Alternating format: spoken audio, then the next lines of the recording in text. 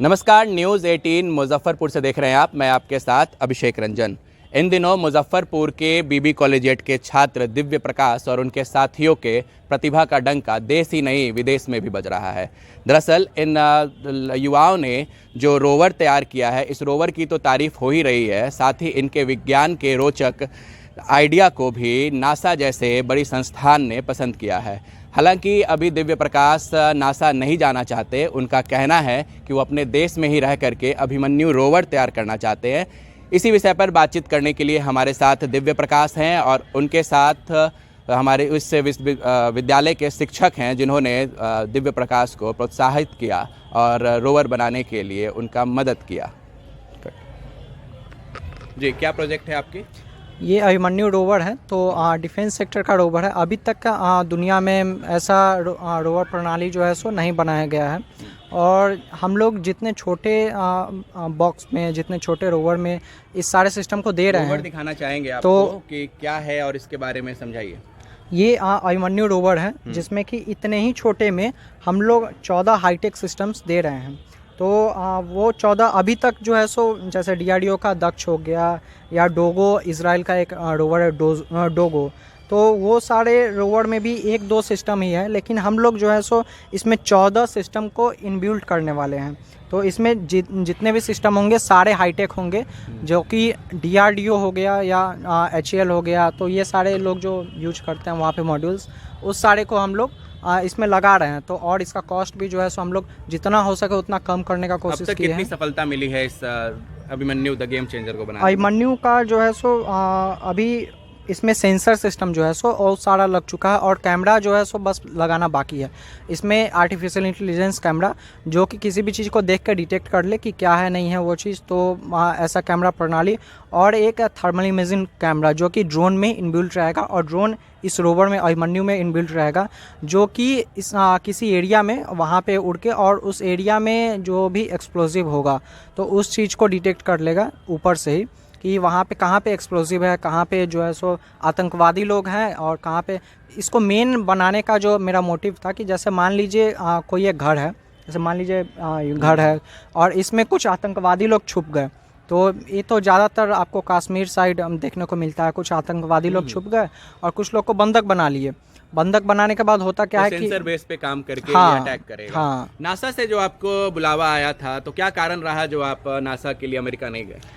America जाके कहीं ना कहीं मेरा सोच ऐसा है कि अमेरिका जाके हम जो वहाँ पे डेवलपमेंट करेंगे और नासा को जो सपोर्ट करेंगे, तो डेवलपमेंट कहीं भी करना ख़राब बात नहीं है, लेकिन उसी चीज़ को अगर हम अपने देश में ला के करें, उसी चीज़ को अगर देश में विकसित किया जाए, तो ये कहीं ना कहीं ज़्यादा अच्छा रहता मेरे सोच के अकॉर्डिंग। आगामी क्या योजनाएं हैं आपकी?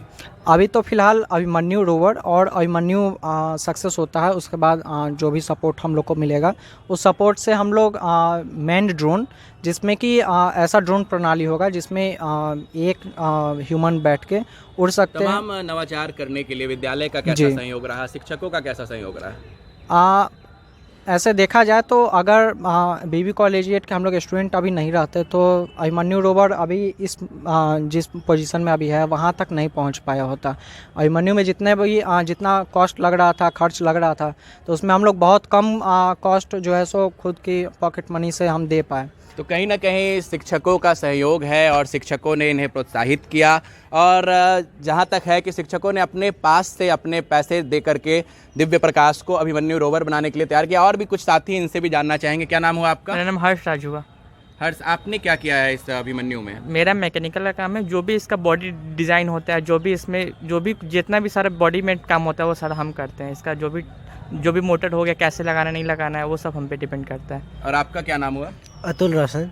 मेरा यही है कि कौन सा अगला प्रोजेक्ट होगा और उसको किस टाइप से बनाना है और कौन सा इंस्ट्रूमेंट लाना है, बस। आचार्य हैं हमारे साथ सुनील कुमार राय, जिन्होंने इन छात्रों को प्रोत्साहित किया। क्या है सर, इस छात्र में प्रतिभा कब से आपको देखने को मिली और क्या इसका प्रोजेक्ट है?